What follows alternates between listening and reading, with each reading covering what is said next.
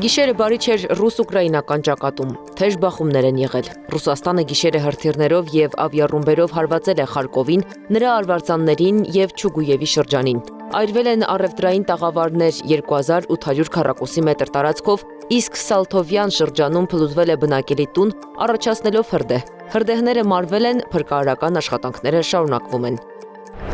Յարոսլավում նույնպես պայթյունի ձայներ են լսվել։ Ուկրաինան հարվածել է նավթավերամշակման գործարանին, որտեղ էլ խոշոր հրդեհ է բռնկվել։ Այս գործարանը Ռուսաստանի հյուսիսային ամենամեծ նավթավերամշակման գործարանն է։ Դրա հզորությունը նախատեսված է տարեկան մինչև 15 միլիոն տոննա նավթի վերամշակման համար։ Նավթի առաջնային վերամշակման ծավալներով այն զբաղեցնում է 5-րդ տեղը Ռուսաստանի նավթավերամշակման գործարանների շարքում։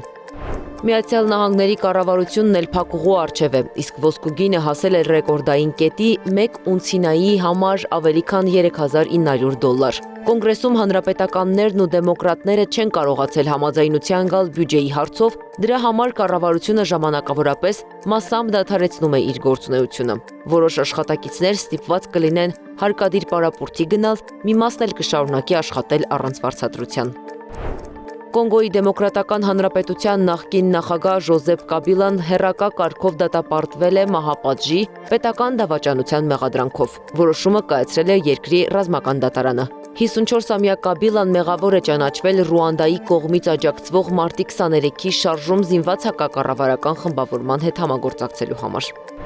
6.9 մագնիտուդ ուժգնությամբ երկրաշարժը Ֆիլիպիններում ավիրել է կաթոլիկ տաճարը։ Ամենաուժգին ստորգետնյա ցնցումները զգացվել են Սեբու կղզում։ Reuters-ի փոխանցմամբ երկրաշարժի հետևանքով զոհերի թիվը հասել է 69-ի։ Ավելի քան 150 մարդ վնասվածքներ է ստացել։ Սան Ռեմիխիո քաղաքում ջրամատակարարման գծի վնասման պատճառով առաջացել է ջրի պակաս։ Անիա Բաղյան, Նանե Հայրապետյան, Նոնա Գևորգյան, ABC Media։